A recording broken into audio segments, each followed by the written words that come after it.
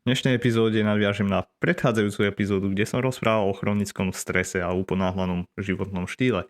A ako ten chronický stres, uponáhlaný životný štýl majú za následok to, že aj keď robíš všetko dobre, že cvičíš, ješ zdravo, stále to nebude mať taký efekt, čo sa týka zmeny telesnej kompozície, športových výkonov alebo aj mentálnych výkonov, pokiaľ nevyriešiš aj tú otázku stresu, pretože ten potláča tú regeneráciu. Keď sme vystresovaní, tak sa nám možno nepodarí zaspať, nemať dostatočne kvalitný spánok. Čiže má to kaskádovitý efekt na všetko ostatné. Preto je dôležité nájsť si takú tú svoju ideálnu mieru stresu. A poznáš tú svoju? O tom si dnes povieme. Ak sa ku mne pridávaš poprvýkrát, vitaj. Pokiaľ nie, tak vitaj naspäť. Moje meno je Daniel Weiss, som certifikovaný výživový coach, edukátor ohľadom stravy, pohybu. Som nadšenec hybridných športov a tento podcast som vytvoril, aby som ti pomohol robiť rozumné rozhodnutia, čo sa týkajú stravy, tréningu, ako zlepšiť svoje fyzické, mentálne zdravie, cítiť sa energicky a vyzerať atleticky. Denne spolupracujem s ľuďmi, ktorí chcú nie len lepšie vyzerať, ale hlavne cítiť sa dobre a prekonávať sa mentálne a fyzicky. To všetko by nebolo možné bez správneho nastavenia mindsetu, návykov, systémov, preto sú aj tieto oblasti dôležitou súčasťou tohoto podcastu.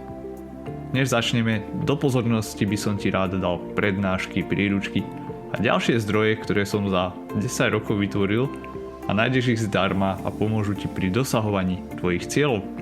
Takže choď na sk.dan.eiss.eu/zdroje. A teraz k epizóde.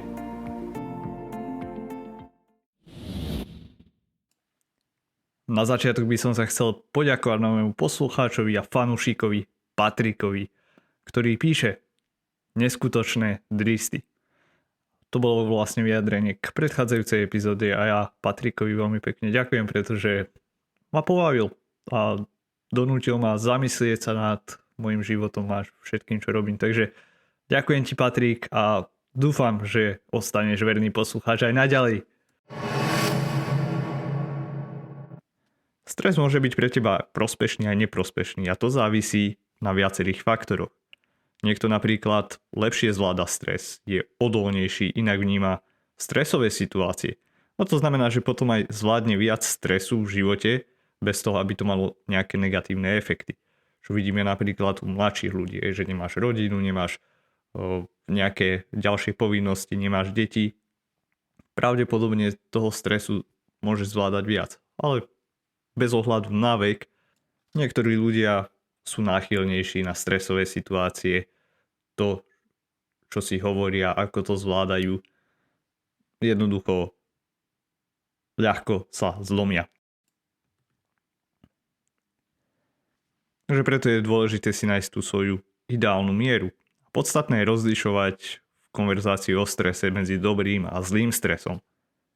Dobrý stres by sa dal charakterizovať tak, že je pre nás prospešný, pretože trvá krátku dobu, nie je častý, inšpiruje nás, pomáha nám zlepšovať sa.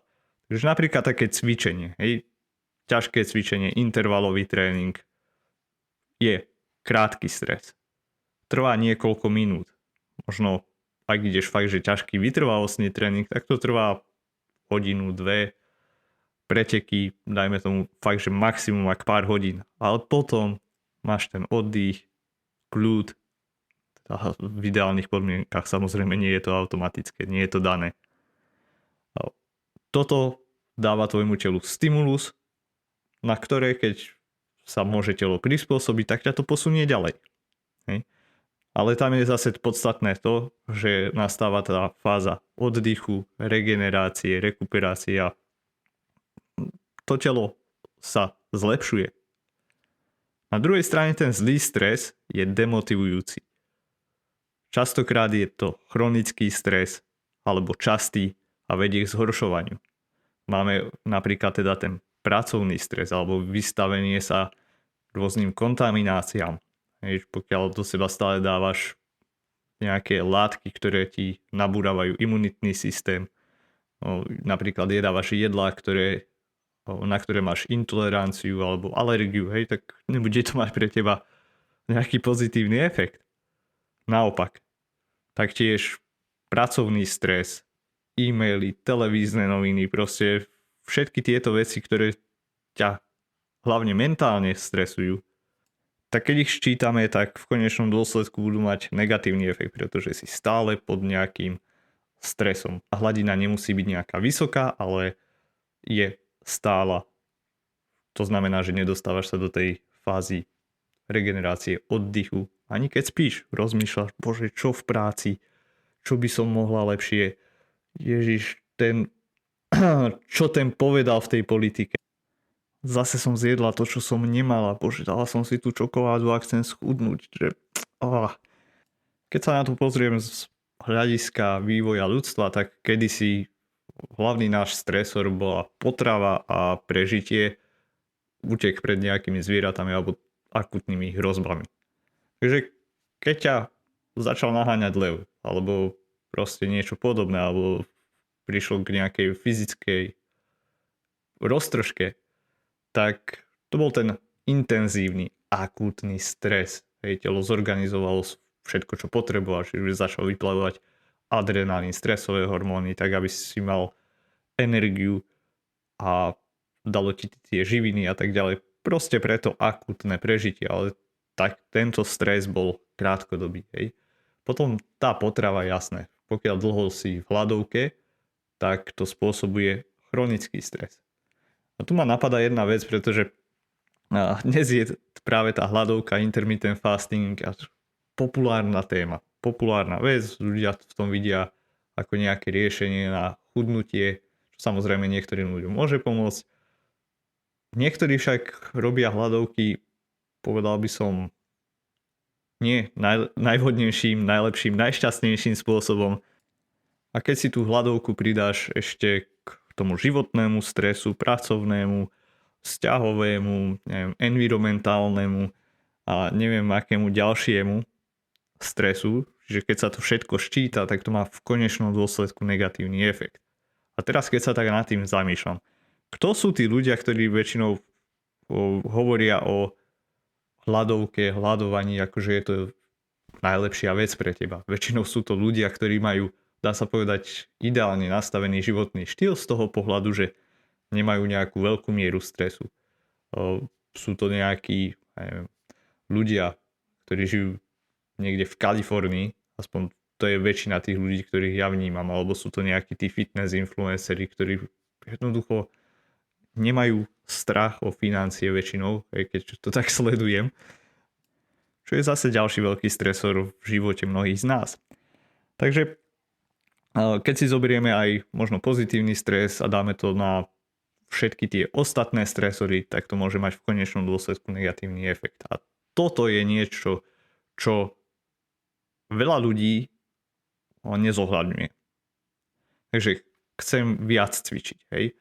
Pokiaľ mám vystresovaný život, starám sa o deti, hej, a chcem schudnúť, fakt. A najlepšie, keby som schudla už včera. Už včera bolo neskoro. Chcem preto niečo robiť. Super. Držím ti palce. Som tvoj fanúšik. Ale jednoducho, čím viac, tým lepšie tu práve neplatí. Vhodná dávka, tá vhodná miera je práve tá vhodná. Proste pokiaľ ťa baví cvičiť, hýbať sa, pomáha ti to zregenerovať alebo respektívne vyčistiť si hlavu, paráda. Nemusí to ale nutne viesť k tým fyziologickým výsledkom, ktoré chceš. Teraz, aby som to dal trošku do kontextu, proste pre takého vystresovaného človeka, ktorý má veľa v práci, rodinné povinnosti a čo ja viem čo všetko, že tu hovorím o takých typických pracujúcich mamičkách alebo možno podnikateľoch, mamičkách, tak cvičiť je super. Pomôže ti to vybudovať si lepšiu imunitu, je to ten pozitívny stres, ktorý ti pomôže odreagovať. Ale často vidím napríklad práve tých podnikateľov, toto zase platí na mužov, že sú ultra vytrvalostní bežci. Ja teraz zabijú do toho, neviem, proste hromadu tréningov a prečo sa nezlepšujem? No na jednej strane áno, má to pozitívny benefit práve preto, že ti to pomáha vyčistiť si hlavu, super. Na druhej strane, pokiaľ to používaš na chudnutie, nie je to najlepšie. Čiže skôr by som sa smeroval tým, že OK, zabehaj si, ale silový tréning, pokiaľ ti ide o zmenu postavy a možno o to celkové zdravie. A to hovorím za predpokladu, že by sa nič v tvojom živote iné nezmenilo. Hej? Pretože keď pracujem s ľuďmi, s klientmi individuálne, tak samozrejme, že snažíme sa zlepšiť ten stres, regeneráciu, zapracovať na tomto tak, aby tá miera bola vhodná. Keď si to teda tak zrekapitujem a pozrieš sa na seba, že či máš takú tú vhodnú mieru stresu, keď sa pozrieš na jednej strane teda ten negatívny stres, ktorý to telo rozkladá alebo má negatívny efekt na tvoj život, chronický, stály, častý, dlhotrvajúci versus ten dobrý, ktorý je krátkotrvajúci, možno v vyššej intenzite, ale motivuje ťa, inšpiruje ťa, má v konečnom dôsledku ten benefit pre teba. Treba si to vedieť vyvážiť. A keď sa na to pozeráme objektívne, tu nastáva niekedy problém, pretože veľa ľudí je takých, že majú ten vystresovaný život, príliš veľa z toho stresu, ale jednoducho to telo si na to navykne, alebo samozrejme, že aj mysel, a neuvedomujú si, že v akom strese vlastne aj sú. A to je práve ten dôvod, že sa snažia chudnúť, naberať sa aj zlepšovať športové mentálne výkony, ale všetko to ide strašne ťažko, proste ako keby len prešlapovali na mieste. Preto je teda dôležité nielen sa na to pozrieť nejak subjektívne, samozrejme dôležitá stránka, ale aj trošku objektívne, že napísať si na papier, že OK, toto sú tieto stresory, ktoré zažívam, toto ma stresuje, s týmto viem niečo robiť, s týmto nemôžem nič robiť a mať aj objektívny, nielen subjektívny pohľad na to. Tu by som chcel vyzdvihnúť Katarínu, trénerku, ktorá má fakt, že nabitý štýl. Práve, že to je ten príklad také, že najviac vystresovanej osoby, ktorú si pod týmto predstavujem, alebo môže si predstaviť. Čiže má síce odrastené deti, ale toho pracovného stresu dosť, 2 zamestnania, popri tom sa snažila študovať, trénovať, zároveň mala nejaké intolerancie a toto je, čo mi po 6 mesiacoch napísala. Danko, dnes som bola u telovýchovného lekára na záťažových testoch a celkovej prehliadke, aby sme mohli pokračovať a plánovať ďalšiu časť mojej tréningovej aktivity, alebo teda tréningu. Myslel som si, že po všetkých zdravotných komplikáciách a stresoch za posledný čas budem musieť zmierniť tréningy. Veď mám už svoj vek. No na moje prekvapenie a ešte väčšie prekvapenie lekárky som sa za posledný rok výrazne zlepšila. Za posledných 8 rokov som pribrala 3 kg, ale nie na tuku, ale na svalovej hmote. Teraz mám 108% a tukové percento 14,2. A najlepšie je VO2 max. Také ako mne už dlho nikomu nenamerali a už vôbec nie v mojom veku. Bolesti žalúdka a čriev zmizli, mám svoj stravovací režim a konečne to všetko funguje. V apríli som sa ťa pýtal, že kedy uvidím výsledky, no nech sa páči. Ďakujem. A tu chcem poukázať na to, že aj keď mal ten vystresovaný život, jeden z tých pridaných stresorov v jej živote bola nedostatočná výživa, nedostatočná strava. A musím povedať, že makala na tom. Vzdelávala sa, aj keď do toho dala tých 5, 10, možno 15 minút, niekedy pol hodinu, podľa toho, koľko mohla. Hej, že keď deti v škôlke spali, tak ona si študovala tieto materiály, ktoré som jej poskytol. Prišla na každý hovor, ktorý sme mali, venovala sa aj tej strave, robila malé zlepšenia.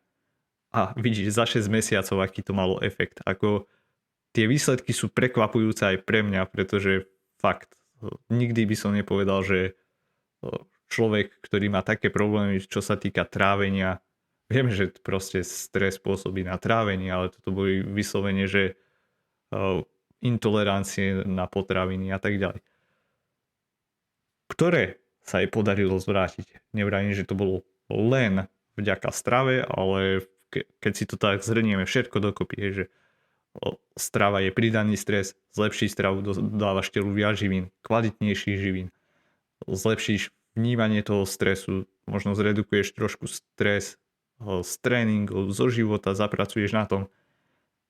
Jedna vec sa pridá k druhej a celkový efekt, ako vidíš, za 6 mesiacov. Paráda. A tu by som ti chcel odporúčať nejakých 5 aktivít. A tu je 5 aktivít, ktoré z môjho pohľadu majú najväčší efekt na zvládanie stresu. A to je práve to cvičenie, samozrejme, že keď to nepreháňame. Dobrá výživa. Písanie si denníka. Toto by som povedal, že je jedna z najlepších vecí. Spomalíš myšlienkový tok. Často mi ľudia povedia, áno, ja si to uvedomujem, hovorím, jasne. Nie, keď premýšľaš, tak máš milión myšlienok, idú 1000 km za hodinu, proste nestíhaš to vnímať, aj keď tie myšlienky idú, tak proste sa s tým skôr viac zaťažuješ. Keď to dáš na papier, spomalíš, jednoducho je to úplne iný zážitok, pocit.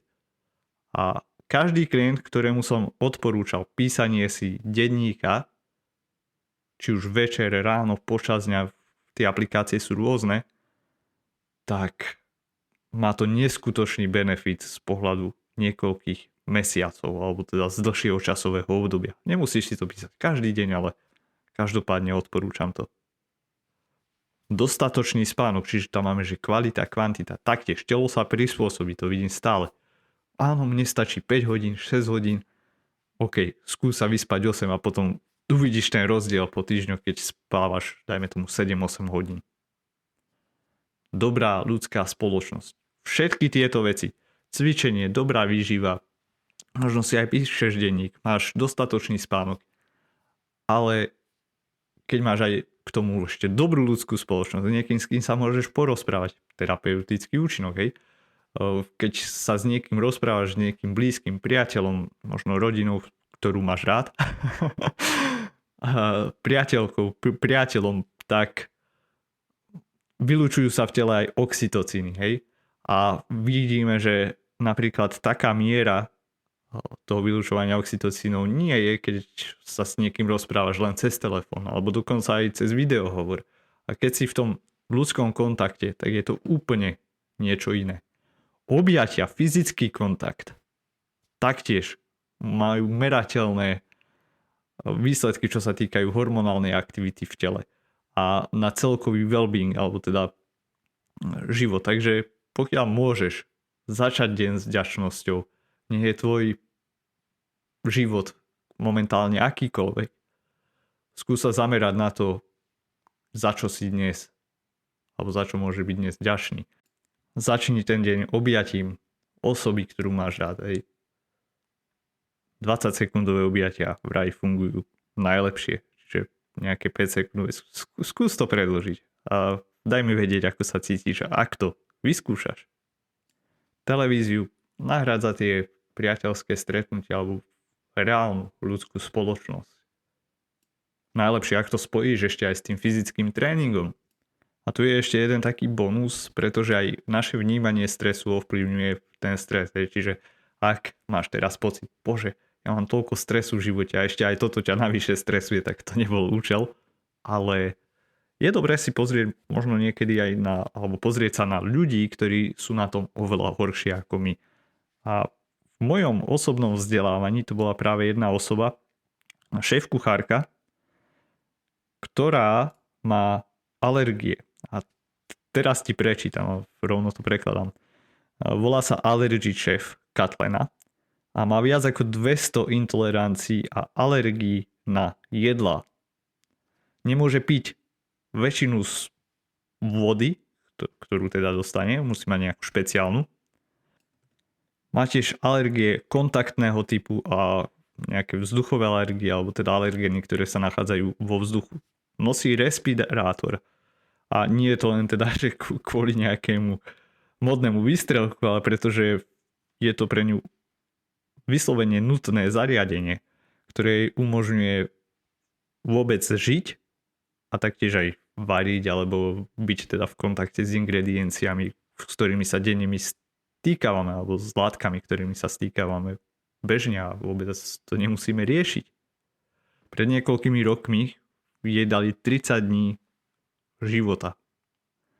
Práve preto, že má všetky tieto alergie. Našťastie to prežila, vysporiadala sa s tým. Dokonca si otvorila pekáreň, kde robí koláče, ktoré sú absolútne bez hociakých alergénov a tak ďalej. Vytvorila reštaurácie, vyše 600 receptov a má taktiež aj kuchárske knižky. Takže toto je ako proste, keď sa nad tým zamyslím ja osobne, tak hneď si poviem, bože, aký mám život jednoduchý a ľahký. A tým nechcem povedať, že pokiaľ ty zažívaš nejakú možno ťažkú životnú situáciu a pozerať sa na to, že OK, tento človek to má ťažší, takže to, čo prežívam ja, je nepodstatné. To vôbec nie.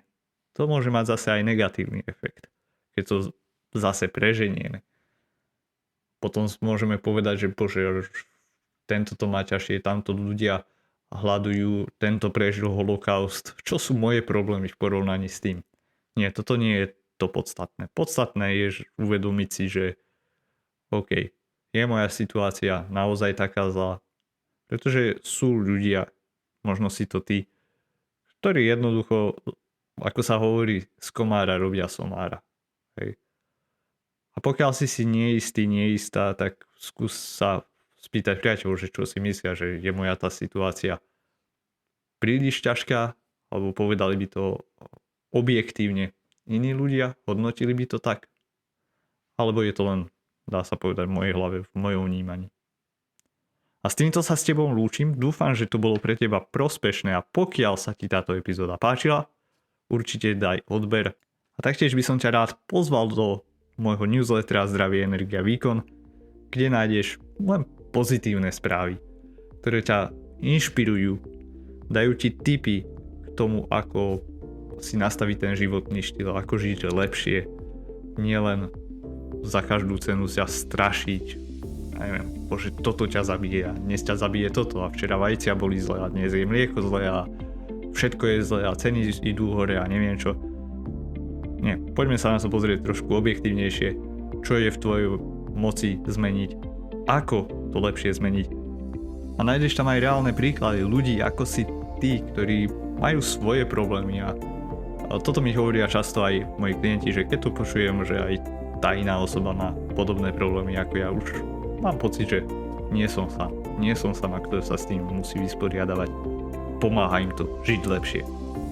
A pokiaľ máš záujem zlepšiť svoj životný štýl, napredovať čo sa týka športu, taktiež zlepšiť aj svoju telesnú kompozíciu, paráda. Mám pre teba 15 minútovú konzultáciu, počas ktorej si vieme prejsť to, čo je pre teba dôležité, že kde sa nachádzaš, kam sa chceš dostať. Môžeme si navrhnúť stratégiu, že asi ako sa tam dostať. Táto konzultácia je zdarma a poviem ti, ušetrí ti to týždne, mesiace, niekomu aj roky času. A pokiaľ sa následne v nadväznosti na to rozhodneš so mnou spolupracovať a zistíme, že sme si dobre sadli, super, môžeme sa o tom baviť ďalej. Každopádne cieľom tejto konzultácie dať ti aspoň nejaké tie prvé tipy na začiatok, takže pokiaľ máš o toto záujem, vyber si termín konzultácie, odkaz nájdeš dole v popise podcastu a neváhaj dlho. Každý týždeň mám obmedzené miesta momentálne na 3 takéto hovory.